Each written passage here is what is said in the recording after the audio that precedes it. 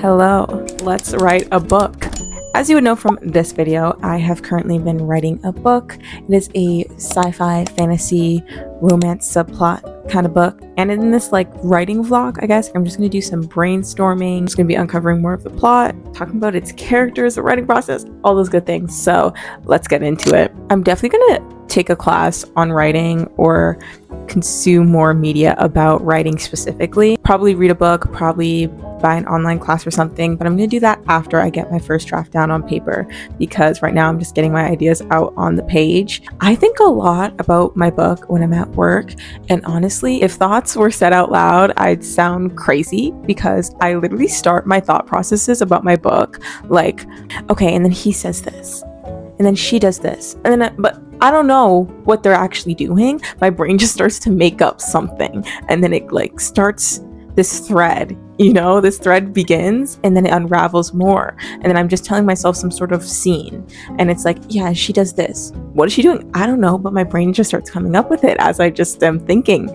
I thought a lot about the end of my book and how it's going to wrap up. I know what my epilogue sort of scene is. I don't know if it's going to be the epilogue, and I know what the end fight in the end is going to end like. I really like it. It makes me really excited because I think I really figured out a really nice ending, where my ending was just this big question mark blob. Now it's thought out, and I think it'll really leave readers questioning themselves, their beliefs. I always want to be speculative and raise questions for people in my writing. I don't want my villains to be too villainy. I don't want my protagonists to be too protagonisty, The whole idea of my main character is that she could have been anyone. Anyone could have been the protagonist of this story. It just happens to be her. Certain things in life just happen to be things that happen to us. Something of luck or random choosing or RNG, a random number generator. It just happens to be you that experienced this. How would you move through that as some random person that has this experience summoned onto them? And I think I have really good points of when she overcomes something and when it moves the plot. When she overcomes something, when it moves the plot, what's happening in the subplot? The jumbled yarn ball is being pulled, okay? And I'm understanding the streamline, okay? It's coming together. So I think I'm just gonna put those thoughts down onto paper, because I also think in sentences too. So I'll write down dialogue. My brain goes to dialogue, I'm playing out a movie in my head for these characters and what they're saying. There's also so much I want to fit into this book. There's so many scenes that I know I want to be in this book that make it so interesting, because I do not like reading books that are slow, okay? I want something happening. I want the character thinking, guessing, doing something, feeling something, every time I flip that page. I want some crazy energy always happening. Let's get into it. Enough talking. Okay, I'm sorry, I'm butting in. Sorry for the jump scare, but I realized I didn't really talk much about what my novel is about. What's its intro? I don't have a sentence to sum it up yet. I'm still working on it. My novel is a sci-fi fantasy with a romance subplot. It's about two nations that live on the same continent that have not been in communication since the war that tore them apart. And our main character gets chosen to go to the other side of the veil. It's forced, it's unprompted, and she has to act as a spy of some sorts to understand why she was summoned there and what is going on, and why did she even arrive on the other side of the veil. What is messing with her? Who sent her here? What's going on? The human side is a very technological, advanced side where human society has evolved. Our forms of government have become these things called the Sentinels, which are these AI beings that calculate everything for us and do pretty much all of our governing so that humans don't have to take on that role. And the other side is ruled by magic and nature. And there was a war between the two years ago where technology and magic went head to head. 100 years of silence later, our main character is thrown into the other side of the world, and she is noticeable because the other side is not humans. Our main character's name is Paige, and on the other side she meets Syrian, which is the Duke's brother, and he is the main love interest of the story. He is a cursed guy, okay? He is dealing with a curse and all his inner turmoils and things like that. There's a lot of themes about religion, controlling one's destiny, purpose, what happens when you don't want your purpose or you don't want the story that was crafted for you, what happens when you don't want what you were destined for.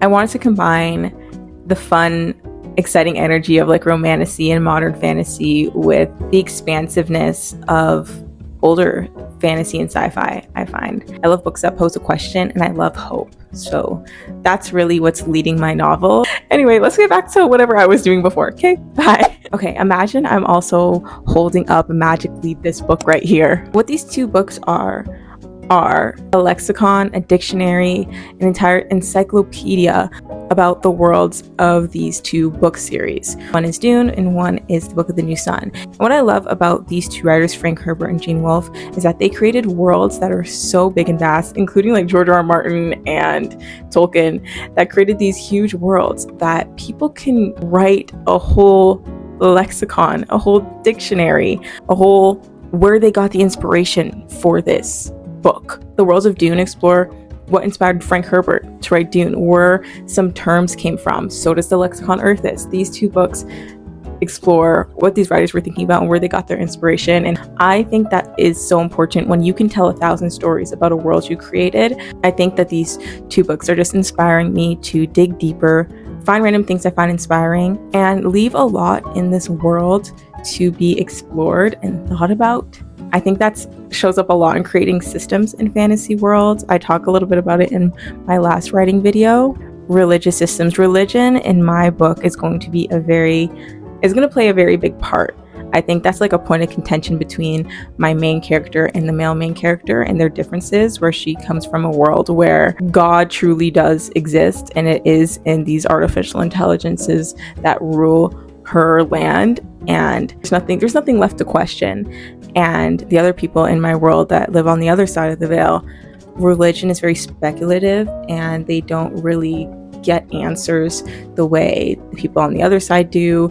They're constantly guessing what their path is, what is set out for them, what are they meant to do. And you'll see a lot with my antagonist that they're trying to stray away from what path is set out for them. Because what happens when your path, so to speak, is not what you want it to be? What happens when you don't want what is destined for you? And I think that would make an interesting antagonist. Hope and warnings will be making up my world structures in this book. Anyway, let's get to plotting and getting to actually doing the work. These are my big story points, and these are my more in-depth scenes of what is happening at what time. So I'm gonna get into it because Act 2 is coming up soon in my draft, and I feel like I just need to flesh things out. Even though I kind of know what's happening, I really need to flesh it out more before I write more of my drafts, because I'm getting to the point where I'm on Act 2 and I haven't finished the scenes. So I'm gonna get going on this.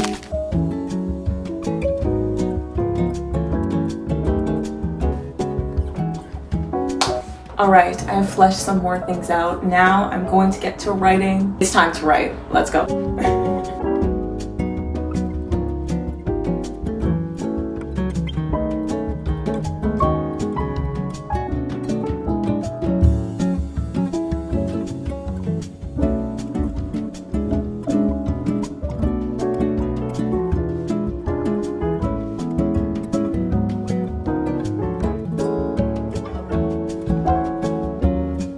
Progress has been made. I'm writing down more ideas and I'm fleshing out what I'm actually going to write about. I'm kind of looking back at my old stuff and seeing what ideas I had a couple months ago versus what I've come up with now, and I'm trying to decide whether I like that version of it more or the version I'm thinking of now. And I think the version I'm thinking of more now hits a little harder, you know? I think it's improved, so I think I might go with that. I think I know now like what is going to be and what scene should come at what time to progress the character along at the right pace. Yeah, I'm just thinking of the day that the story is done, like the draft is done. I wonder how many words I will have on the page.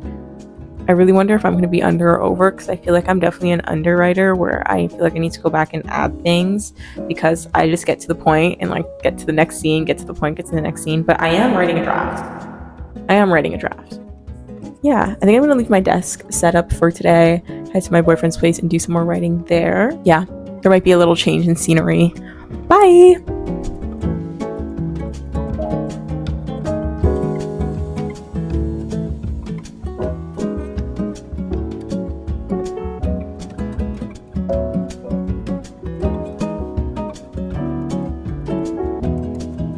Hey, I thought I'd come on here and talk a little bit about my character's why. I was watching a video and I was just thinking, like, what is my character's why? That's like the most important thing in a book. Why is my character going through this, doing this? And I find that my main character, Paige, her motivations and her why changes a lot in the book. And I'm just wondering, like, is that okay? Like, is it okay for a character's why to change so much? I mean, it should change it. Unless they're a static character, right? My character, obviously, I want her to be a dynamic character. But like in the beginning of the book, her why is just to figure out why she got sent there, why she was chosen. Then essentially, her why becomes the truth. And then from the truth, her why becomes something entirely different. I think an evolution of a character's why is important. But then I feel like I've read stories where, like, I don't know, the character knows what their why is. Like, their why finds them. Also, let me show you the playlist. The playlist I was thinking of while writing this book. Let me go get my iPad. All right, here's my playlist for Project Arc. It's an ever-changing playlist. I don't know if I'm gonna keep something one of these days. I'll go through songs that I know, that I just know are songs that inspire me when writing this book. For me in music, it's a lot about the vibes. It doesn't have to be about lyrics, really. Like, I'm not really a lyric person. I'm more of like a sound person and energy when it comes to the music. So like the one main song I knew when I'm making this book, Chimera by Hannah. Chimera by Hannah, there's something ethereal about it. There's something distant and beautiful. It feels like a shrouded, glimmery cloud. And I like that. And I think that's what the vibes are of my novel. So I really also get those vibes with Scary All Over by 50 Grand. This song is also that very whimsical, ethereal vibe to it. There's something in the background that sounds something like a harp or something like that. Those strings are just beautiful, and I always think about my book when I hear that. Dark Angel by Provoker. I think that one really reminds me of the male main character Syrian and like his thoughts. I think maybe that one's more lyric-y based for me when it comes to like what I feel like would be Syrian's vibe. Anyway, that's just a little bit of my playlist. I'll probably like curate it really well and then make it public at some point. Anyway, yeah, that's all for me for right now. It is 11:33 at night and I have some ambiance playing. Do you say ambience or ambiance? I got me a peppermint tea right here, some ambiance, and I'm just gonna get into writing. I'm on chapter 2. I think I'm past chapter 2. I haven't labeled my chapters. The ideas are flowing. I'm thinking so much about my book, like it's all I'm thinking about. I'm like, I have to make a YouTube video about it. So anyway, let's write.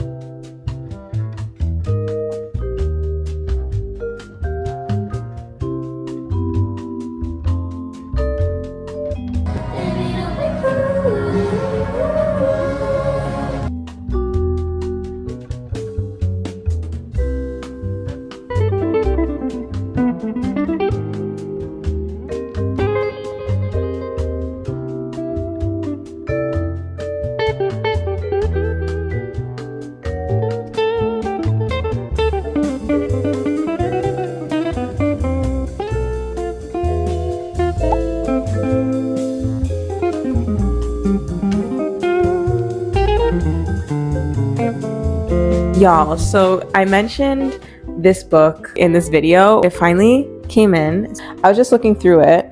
So it functions like a dictionary, but it also has things like this, which I thought was really cool, where it like shows the phases of the moon during each event's happening at what point in time, and then it also has the weeks that are happening and when summer starts for them, when winter starts. It also has the characters' names and their associations, the animal associations that go with each character, and I thought that was really interesting. This is the lexicon, the dictionary for Book of the New Sun series, and I think it's just inspiring to see how much depth you can create in your world as a writer, and I think that's just the inspiration I want to carry.